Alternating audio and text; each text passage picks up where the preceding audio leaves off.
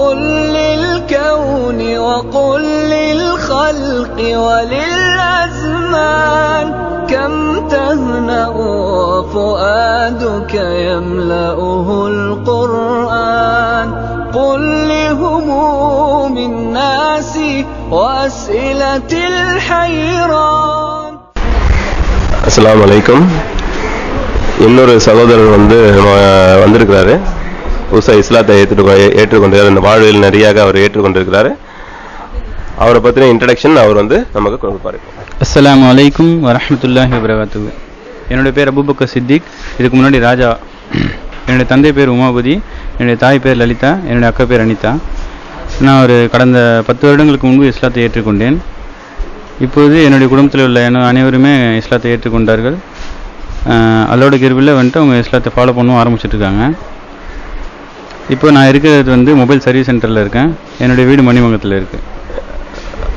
Abu Bakr பாய், நீங்கள் இஸ்லாத்தை ஏற்றுக்கொண்டதுக்குண்டான காரணம் என்ன? நீங்கள் எப்படி நீங்கள் இறைவனை அறிஞ்சிக்கொண்டீங்க? உங்கள் மனசில் இருக்க ஃபீலிங்ஸ் நீங்கள் எப்படி தேடல், உங்களுடைய தேடல் எப்படி இருந்தது? எனக்கு ஒரு 14-15 வயசுக்கு பிறகு என்ன ஆச்சு அப்படின்னா, வாழ்க்கையில் நம்ம என்ன செய்கிறோம் அப்படின்றது அப்போ தான் ஒரு திரும்ப யோசிக்க ஆரம்பித்தேன், என்ன செய்கிறோம் அப்படின்ட்டு. அப்போது அதுக்கு முன்னாடி நான் என்ன இதில் இருந்தேன்னா, சின்ன வயசுலேயே சிலை வணக்கங்கள் இந்த இதெல்லாம் எனக்கு அந்தளவுக்கு ஈடுபாடு இல்லாமல் போயிடுச்சு. இது என்ன நம்மளே படைக்கிறோம், நம்மளே இதை வணங்குறோம், இதில் என்ன இருக்குது அப்படின்னு சொல்லிட்டு அதில் ஈடுபாடு இல்லாமல் போயிடுச்சு. அதுக்கப்புறமா கிறிஸ்டியானிட்டி அப்படின்னு சொல்லிட்டு ஃப்ரெண்ட்ஸோட சர்க்கிளில் அது என்ன அப்படின்னு சொல்லிட்டு சின்ன வயசுலேயே அந்த சர்ச்சுக்கெலாம் போய் பார்ப்பேன். அப்போ பார்க்கும்போது அங்கே அந்த பாட்டு பாடுறது அந்த இதெல்லாம் அந்த இசையோட இது பிடிச்சதுனால அங்கே அந்த பாட்டும் எழுதி கொடுத்துலாம் கேட்பேன், இந்த பாட்டு என்ன, இது பாடுங்க அப்படின்னு சொல்லிடலாம். அதில் அந்த மீடியாஸ்லாம் அப்பயே போடுவாங்க. என்ன அப்படின்னா, கொஞ்சம் மிகைப்படுத்தி, கொஞ்சம் இல்லை நிறைய மிகைப்படுத்தி போடுவாங்க. என்ன அப்படின்னா, தலையில் கை வச்ச உடனே தலைவலி சரியாக வருது, அவங்க இதில் ஆவி இறங்குது, அது இது என்னென்னமோ சொல்லிலாம் கொஞ்சம் மிகைப்படுத்தி சொல்லுவாங்க, இறந்தவர்களை உயிர்ப்பிக்கிறது அப்படின்லாம். அந்த சின்ன வயசுலேயே அப்படிலாம் இருக்கும். சரி என்னமோ இதெல்லாம் இருக்குது போல் அப்படின்னு சொல்லிட்டு, அமெரிக்காலாம் கூட எல்லாரும் கிறிஸ்டினாக இருக்காங்களே, அப்போது இது உண்மையானதாக இருக்குன்னு சொல்லிட்டு என்ன பண்ணேன், சரின்னு சொல்லிட்டு கொஞ்ச நாள் அப்படியே சர்ச்சைக்கெலாம் போயிட்டு அந்த தொடரில் இருந்தேன். அப்போது அவங்க மிகைப்படுத்தி சொன்னதே எனக்கு அந்த ஈமானை உடைச்சது. என்ன அப்படின்னா, என்னுடைய தாத்தா என்ன பண்ணார், அந்த காலகட்டத்தில் இறந்தார். அப்போ நான் என்ன பண்ணேன், அவங்க தான் சொன்னாங்க இல்லையா, செத்தவங்களாம் உயிர்த்தெழுப்ப முடியும் அப்படின்லாம். சரின்ட்டு நான் என்ன பண்ணேன், மனசுக்குள்ளேயே இப்போ இழந்துப்பார் அப்படின்னு சொல்லி பார்த்தேன். ஒன்றும் இழந்துக்கல. சரி அப்போது இது ஒன்றும் இல்லை போல், நம்ம நினச்சது இது அப்படின்னு சொல்லிட்டு என்ன பண்ணேன், அதுலேருந்து கொஞ்சம் எனக்கு ஈடுபாடு கம்மியாச்சு. அது சின்ன வயசாக இருந்தாலும் அந்த அறியாமையிலேருந்து வெளியே வந்ததுக்கு அவங்களுடைய அதிக மிகைப்படுத்துறது அதுக்கு காரணமாயிடுச்சு. அதுக்கப்புறம் அதிலேருந்து வேறு எதுவும் பெருசாக திங்க் பண்ண இல்லை. சயின்ஸு அந்த இதில் அப்படியே போயிட்டு சயின்ஸ் ரீதியாக என்ன இருக்குது, உலகத்தை பற்றி என்ன சொல்லுதுன்னு சொல்லிட்டு அதை பற்றி, உலகம் எப்படி இருக்குது, அதுக்கப்புறம் கேலக்ஸி அந்த மாதிரி இதெல்லாம் அப்படியே படிச்சுட்டு அப்படியே இருந்தேன். அப்போ கிட்டத்தட்ட எப்படின்னா, இறைவன் இல்லை, சரி அதை பற்றி விட்டுரும், அதை பற்றி அந்தளவுக்கு திங்க் பண்ணாமல் ஒரு இதில் இருந்தேன். அப்போ உங்கள் மனசு ஒரு அமைதியை தேடிக்கிட்டே இருந்துச்சு அந்த 14-15 வயசில். அது என்னதான் அப்படின்னு சொல்லிட்டு என்ன பண்ணேன், எனக்கு இருந்த ஒரு ஆப்ஷன் எனக்கு யாரும் சொல்லிக் கொடுக்க யாரும் இல்லை. அப்போ நான் 10th படிக்கும் போதே 10th +1லேயே இல்லை தாம்பரம் லைப்ரரியில் நான் மெமராக இருந்தேன், என் ஃப்ரெண்டோட நானும். அப்போ அங்கே சயின்டிஃபிக்கலான புக்ஸ் எல்லாம் எடுத்து படிச்சுக்கிட்டு அப்படியே இருக்கும்போது இந்த யோகாசனம் இந்த சம்மந்தப்பட்ட புக்ஸு இதெல்லாம் எடுத்து படிப்பேன். அப்போ என்னாச்சு, சரி யோகா தியானம் இதெல்லாம் பண்ணி பார்ப்போம், நம்ம மனைவி தானே தேடுறோம், சரி அதெல்லாம் கிடைக்குதான்னு சொல்லிட்டு யோகா அதெல்லாம் பண்ணிகிட்டு இருந்தேன், யோகாசனம் பண்ணிகிட்டு இருந்தேன், தியானம் பண்ணிகிட்டு இருந்தேன். அது சம்மந்தப்பட்ட சில கிளாஸுக்கெலாம் போனேன். அந்த கிளாஸுக்கு போயிட்டு என்ன பண்ணேன், இப்போ அவங்க சொன்னாங்க, ஃபஸ்ட்டு கண்ணை மூடிட்டு கையை இப்படி வச்சுக்கிட்டு இருங்க, அதில் உங்கள் கை ஹீட் ஆகும் அப்படின்லாம் சொன்னாங்க. சரின்னு பார்த்தேன், ஹீட்லாம் ஆச்சு. அது சயின்டிஃபிக்கலாக நம்ம என்ன நினைக்கிறோமோ நம்ம உடம்புல சில மாற்றங்கள்லாம் வரும்.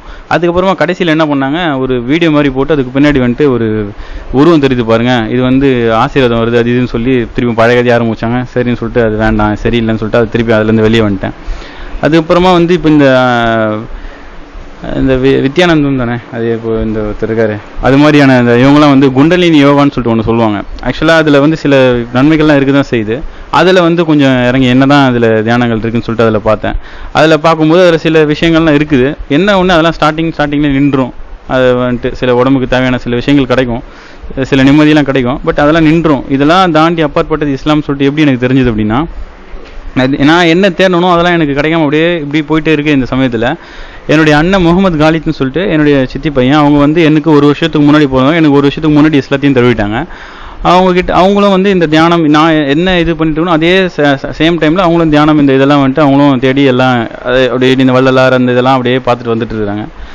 அதுக்கு முன்னாடி அந்த அளவுக்கு தொடர்பு இல்லைனாலும் நாங்கள் வந்து இதை பற்றி பேசும்போது கொஞ்சம் நெருக்கம் அதிகமாக ஏற்பட்டுச்சு. அப்போ நான் கேட்டேன், என்னப்பா நீ என்ன வணங்குற, என்ன ஏது அப்படின்னு கேட்டேன். அதெல்லாம் ஒன்றும் இல்லை, நான் தியானம் பண்ணுறேன் இது அதுன்னு அப்படின்னு சொன்ன போல. இல்லை வேறு ஏதோ ஒரு விஷயம் இருக்குது, என்ன எல்லாம் என் கல்வியில் போடுறான், வேறு ஏதோ ஒரு விஷயம் இருக்குதுன்னு நான் திருப்பி கேட்குறேன். அதெல்லாம் ஒன்றும் இல்லைன்னு அவர் சொல்கிறாரு. அதுக்கப்புறம் திருப்பி கேட்கும்போது அவர் சொல்கிறாரு, உன்னை பொறுத்த வரைக்கும் இறைவனா என்னன்னு அப்படின்னு என்ன கேட்டார். என்னை பொறுத்த வரைக்கும் இறைவன் அப்படின்னா எதுவும் இருக்கா மாதிரி தெரியலையாப்பா, ஹிந்துவிசம்னா அது இப்படி இருக்குது, கிறிஸ்டியானிட்டி இப்படி இருக்குது, அதுக்கப்புறம் யார் இறைவன்ல அதில் ஒன்றும் எனக்கு ஐடியாவே இல்லாத அந்த ஒரு இதெல்லாம் இருந்தேன். இப்போ அண்ணன் என்கிட்ட கேட்ட கேள்வி என்ன அப்படின்னா, அட்லீஸ்ட் ஒரு சக்தி இருக்குதுன்னு, நம்மளுக்கு மேலே ஒரு சக்தி இருக்குது அப்படின்ட்டு சொல்லிட்டு நீங்கள் நினைக்கிறியாப்பா அப்படின்னு கேட்ட போல். இருக்க தான் செய்யும்னு நினைக்கிறேன். அது எந்த சக்தி அப்படின்னா போல். அப்போது எந்த சக்தினா, அப்போ எனக்கு இஸ்லாம்ட்டு ஒரு மார்க்கம் இருக்குது, அது இவ்வளோ பெரிய மார்க்கம் அப்படின்னு சொல்லிட்டு என் கண்ணத்தில் யாரும் நடக்கவும் இல்லை. அது மாதிரி நான் இப்போ அதை பற்றி யோசிக்கவும் இல்லை, அந்த மாதிரி ஒரு ஆப்ஷன் எனக்கு கிடைக்கல. அப்போ நான் என்ன பண்ணேன், திருப்பியும் வந்து என்ன நீ திருப்பியும் இதுக்கு தான் வரப்போகிற, ஏசுவா அதான் சொல்ல போறியா அப்படின்னா, இல்லை இஸ்லாம் தான் உண்மையான மார்க்கம், அல்லாஹ் தான் ஒரே ஒரு இறைவன், ரசூலுல்லாஹி ஸல்லல்லாஹு அலைஹி வஸல்லம் நபிகள் நாயகம் தான் கடைசி தூதர் அப்படின்னா. அப்போது எனக்கு ஷாக் ஆச்சு. என்னடா இது வரைக்கும் நம்ம இந்த மாதிரி ஒரு விஷயத்தை திங்க் பண்ணதும் இல்லை, இப்படி ஒரு விஷயம் இருக்குதுன்னு தெரியாது. ஆனால் வந்துட்டு இதுதான் உண்மைன்னு சொல்கிறானே, அப்போ என்ன இருக்குது இதில் தெரியலையே அப்படின்னு சொல்லிட்டு என்ன பண்ணேன், திருப்பியும் எனக்கு தெரிஞ்ச ஒரே ஒரு இது லைப்ரரி தான். திருப்பி லைப்ரரிக்கு வந்தேன். இது சம்மந்தப்பட்ட சில புக்ஸ்லாம் எடுத்து படித்தேன். அந்த புக்ஸில் தான் இருந்து எனக்கு தெரிஞ்சது என்ன அப்படின்னா, களிமா வந்துட்டு சொன்னால் ஒருத்தவங்க முஸ்லீம் ஆகிடுவாங்க, அதோடைய சம்மந்தப்பட்ட இதெல்லாம் படித்தேன். அது கூட கம்பேர் பண்ணி சில திருக்குறள் சம்மந்தப்பட்ட புக்ஸ் இருந்துச்சு. இன்னும் சில நூல் ஆசிரியர்கள்லாம் வந்து இஸ்லாத்தை பற்றி சொன்ன இதெல்லாம் படித்தேன். அப்போ அதை படிக்க அல்லாஹ்தாலா வந்து அவன் மேலே உள்ள இருக்க நம்பிக்கை வந்து பலப்படுத்திக்கிட்டே வந்தான். அப்போ நான் வந்து சில கம்பேரிட்டிவ்ஸ் எனக்கு அல்லாஹ்தாலாவே மனசில் போட்டான். என்ன அப்படின்னா, இப்போது மொத்தமே உலகத்தில் வந்து நம்ம ஃபாலோ பண்ணுறது, மக்களால் ஃபாலோ பண்ணக்கூடிய இது வந்துட்டு பார்த்திங்கன்னா ஹிந்துவிசம், கிறிஸ்டியானிட்டி அண்ட் இஸ்லாம். இதில் வந்துட்டு ஃபஸ்ட்டு நான் ஹிந்துவிசத்தில் தான் இருந்தேன். அதை பற்றி ஓரளவுக்கு நம்மளுக்கு தெரியும். என்ன அப்படின்னா, அவங்க வந்து புராண கதைகள்னு சொல்கிற இது வந்துட்டு அவங்களே கதைன்னு சொல்லிட்டாங்க. அதில் வந்து உண்மைகள் வந்து மிக மிக குறைவு. உண்மைகள் பல நன்மையான விஷயங்கள் அவங்க வேதத்தில் இருக்க தான் செய்யுது. ஆனால் அந்த வேதத்தை யாரும் படிக்கவும் இல்லை, அதை பற்றி பொதுமக்களுக்கு தெரியாது. அப்போது வந்துட்டு அதில் வந்து அதில் தெரிஞ்சுக்கணும்னு ஆசைப்பட்டால் அதில் இருக்க ஒரு கான்செப்ட் என்ன அப்படின்னா, ஓரிரை கொள்கையை தான் ரொம்ப தெளிவாக சொல்லியிருக்கோம். உருவ வழிபாடு இல்லைன்றதையும் ரொம்ப தெளிவாக சொல்லியிருக்கோம் ஹிந்துவிசத்தோட இது இல்லை. சரி ஓகே, இப்போ கிறிஸ்டியானிட்டி எடுத்து பார்த்தாலும் அதுலேயும் சேம் தான். அதில் வந்து என்ன போட்டிருக்கோம், இது ரெண்டு இடத்துலையும் ஒன்று தான். இஸ்லாமிய மார்க்கமான திருக்குரானில் போட்டாலும் அதே ஒன்று தான். சரி, இப்போ பிரச்சனை எங்கே அப்படின்னா, ஹிந்து வேதங்களில் வந்துட்டு அவங்க இந்துக்களாக இருக்குது. அதில் வந்துட்டு அதை பற்றி மட்டும் போட்டிருந்தா பரவாயில்ல. எப்படி எக்ஸாம்பிள் என்ன சொல்லணும் அப்படின்னா, சிவனை பற்றி, பார்வதி பற்றி, விஷ்ணு பற்றி, பிரம்மனை பற்றி இவங்கெல்லாம் பற்றி போட்டிருந்து, இவங்களை மட்டும் வணங்கணும்னு சொல்லி போட்டிருந்து, அதை பற்றின ரூல்ஸ் எல்லாம் போட்டிருந்து அதை மட்டும் இருந்தால் பரவாயில்ல, பிரச்சனை இல்லை, சரி ஓகே விட்டுறலாம். அதேமாதிரி பைபிள் எடுத்து நீங்கள் பார்த்தீங்கன்னாலும் அதில் கிறிஸ்டியானிட்டியை பற்றி, இப்போ ஈசா அலைஹிஸ்ஸலாம் இயேசுவை பற்றியோ இல்லை வந்து மரியம் அலைஹிஸ்ஸலாம், அதுக்கு அவங்கள என்ன பைபிளில் போட்டிருக்கோ அதை மட்டும் பற்றி போட்டிருந்தா பிரச்சனை இல்லை. அதேமாதிரி திருக்குறள் எடுத்தீங்க அப்படின்னா அதில் வந்து அல்லாஹ் மட்டும் வணங்கணும்னு சொல்லி அதை அப்படி போட்டிருந்தா பிரச்சனை இல்லை. இதில் ப்ராப்ளம் எங்கே ஸ்டார்ட் ஆகுது அப்படின்னா, நம்மளுடைய ஹிந்துக்களோட இதுன்னு சொல்கிறாங்க இல்லையா, அந்த வேதத்தில் எடுத்து பார்த்தீங்க அப்படின்னா அதில் நிறைய கேள்விப்படுறோம் சாப்டரே இருக்குது. என்ன அப்படின்னா, அதாவது சமஸ்கிருத வேதத்தில் உள்ள அந்த வேதத்தில் அல்லாவை பற்றியான தெளிவான ஒரு நிறைய இடத்துல ஆதாரங்களான விஷயங்கள் அல்லாஹ்னு பேரை போட்டே இருக்குது. அதேமாதிரி முகமது நபின்ற பேரை போட்டே இருக்குது. அதில் நிறைய இடங்கள்ல ஆதாரங்கள் என்ன அப்படின்னா, கல்கி அவதாரம் சொல்லி அவங்கள பற்றி அவங்க பாலைவன பிரதேசத்தில் வருவாங்க, அவங்க வந்து இது மாதிரி கம்பீரமாக இருப்பாங்க, இந்த மாதிரி குதிரையில் வருவாங்க, இந்த மாதிரி ஆட்சி செய்வாங்கன்னு சொல்லிட்டு பல ஆதாரங்கள் இருக்குது.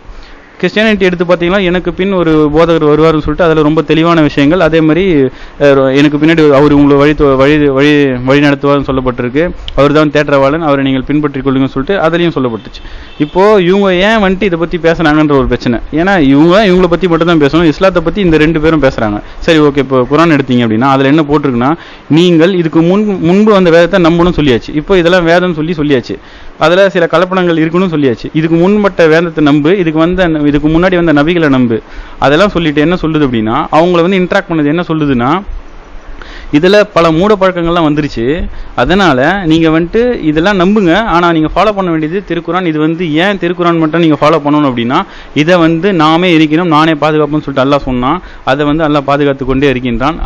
அது மட்டும்தான் எந்த மொழியில் வந்துச்சோ அந்த மொழியில் இன்னைக்கு வரைக்கும் இருக்குது. மற்ற எந்த வேதமும் வந்துட்டு அதோடைய ஒரிஜினல் இதில் இல்லை. இப்போ இல்லை கலப்பிடங்கள் கடந்துச்சுன்னு சொல்லிட்டு நம்ம ரொம்ப ஈஸியாகவே பார்க்கலாம்.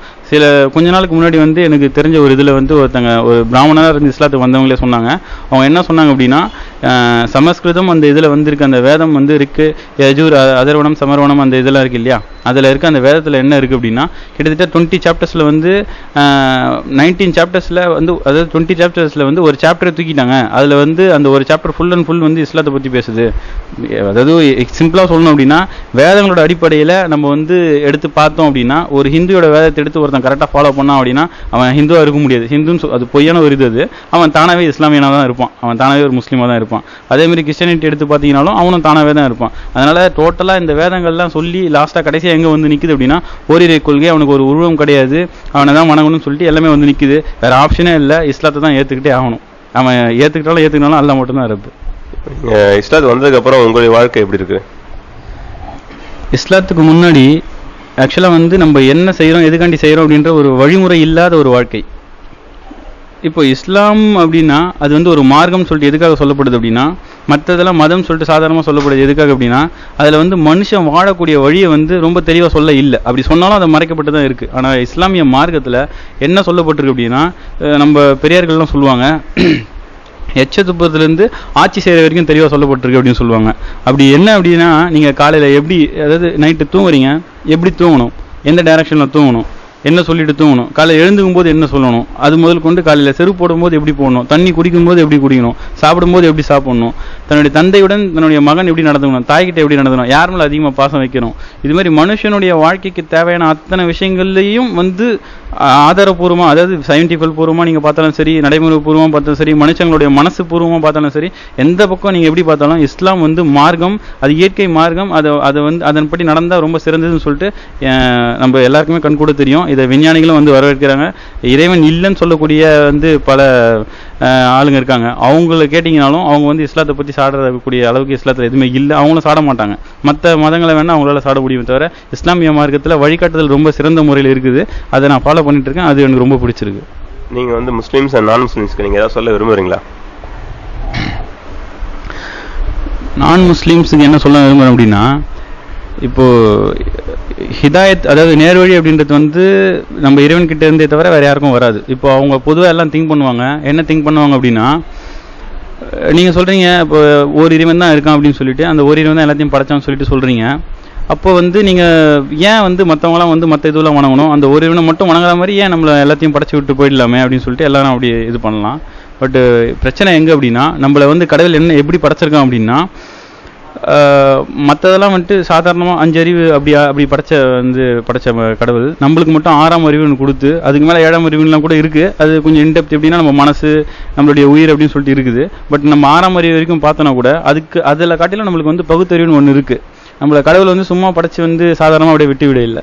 என்ன எப்படி படைச்சி எப்படின்னா, இப்போது நம்மளுக்கும் அக்ரிணைகளுக்கும் உள்ள வித்தியாசம் என்ன அப்படின்னா, அக்ரிணைகள் வந்துட்டு பிறக்கும்போதே அதுக்கு தேவையான விஷயங்கள் அதுக்கு வந்து தன்னகத்தை வச்சுக்கிட்டு தான் அது வந்து பிறக்குது. இப்போ எக்ஸாம்பிளுக்கு ஒரு ஆட்டுக்குட்டியோ இல்லை ஒரு நாய்க்குட்டியோ ஏதோ பிறக்குது அப்படின்னா அதுக்கு வந்துட்டு என்ன அதுக்கு உணவு தேவை, எதை சாப்பிடணும், எதை சாப்பிடக்கூடாது, தண்ணியில் போட்டால் தானாக நீச்சல் அடிக்கக்கூடிய திறமைகள்லாம் வந்து அந்த பிறந்த கொஞ்ச நாள்லேயே அதுக்கு எல்லாமே வந்துடும் தானாகவே. அது வந்து வளரக்கூடிய அறிவு அதுக்கு மிக குறைவு, அது ஸ்டெபிலைஸ் ஆனது. ஆனால் மனுஷனோட அறிவு அவனுக்கு பிறக்கும்போது எதை சாப்பிடணும் எதை சாப்பிடக்கூடாதுன்னு தெரியாது.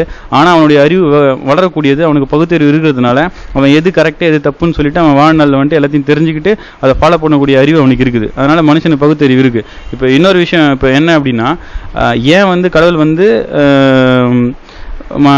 மனுஷங்களுக்கு வந்துட்டு இது மாதிரி படைச்சி தன்னை மட்டும் வணங்குற மாதிரி வைக்காம மற்றவங்களாம் கூட இது பண்ணுறாங்களே, கடவுள்கிட்ட தான் அந்த பவர் இருக்குது, ஏன் அப்படி செய்யலாம் அப்படின்னா, கடவுள் வந்து அதாவது நம்மளை படைச்ச இறைவன் வந்து தெளிவாக பண்ணிட்டான். என்ன விஷயம் அப்படின்னா, உலகம் தொடர்ந்து முதல் முடியும் வரைக்கும் வந்துட்டு எல்லா மக்களுக்கும் தெளிவான வேதங்கள் அனுப்பப்பட்டாச்சு, நபிகள் அனுப்பப்பட்டாச்சு. ஸோ இப்போ கடவுள் வந்து என்ன சொல்லிட்டான், உங்களுக்கு இப்போ அந்த அதாவது மனுஷனுக்கு வந்துட்டு இந்த பகுத்தறிவை வச்சு தான் இது பண்ணணும்னு சொல்லப்பட்டாச்சு. அதாவது ஒரு சமுதாயத்துக்கும் ஒரு நபிமார்கள் இருக்காங்க, தூதர்கள் இருக்காங்க, எல்லா சமுதாயத்துக்கும் அது வந்து இருக்குது, அது ஸ்டெபிலைஸ், அதில் எந்த பிரச்சனையும் இல்லை. கடைசியாக வந்து நம்ம முகமது நபின்னு சொல்லிட்டு தெரியும். இப்போது இறைவன் வந்துட்டு நம்மளை படைச்சி இந்த பூமியில் விட்டாச்சு. எப்படின்னா பகுத்தறிவோட நீங்கள் வந்து சிந்திச்சு நீங்கள் உங்களோட இது பற்றி வந்துருங்க. அதாவது உங்களுக்கு நன்மையாக இருந்தாலும் சரி தீமையாக இருந்தாலும் சரி ரெண்டுமே கடவுள்கிட்ட இருந்தால் வருது, அது எந்த மாற்றமும் இல்லை. ஏன்னா நீங்கள் ஒரு மரத்துலேருந்து இலை உதிர்னாலும் அது கடவுளுடைய துணை இல்லாமல் முடியாது, அவன் நினைக்காம முடியாதுன்றது தான் கான்செப்ட். ஸோ இப்போ நம்ம கேட்குற கொஸ்டின் இப்போ கரெக்டாக வந்துடும். என்ன அப்படின்னா, ஏன் வந்து கடவுளை மட்டும் வணங்குறது தானே, ஏன் கெட்டவங்களாம் இருக்காங்க அப்படிலாம் இல்லாமல் எல்லாருமே அப்படியே படைச்சு அப்படியே போக வேண்டியதுதானே அப்படின்னா, பகுத்தறிவு கொடுத்து அதெல்லாம் பண்ணியாச்சு இல்லையா. அது மட்டும் இல்லாமல் எல்லா சமுதாயத்துக்கும் வந்து தூதர்கள் கொடுக்கப்பட்டிருக்காங்க, அவங்களுக்கு வந்து வேதங்கள் கொடுக்கப்பட்டிருக்கு.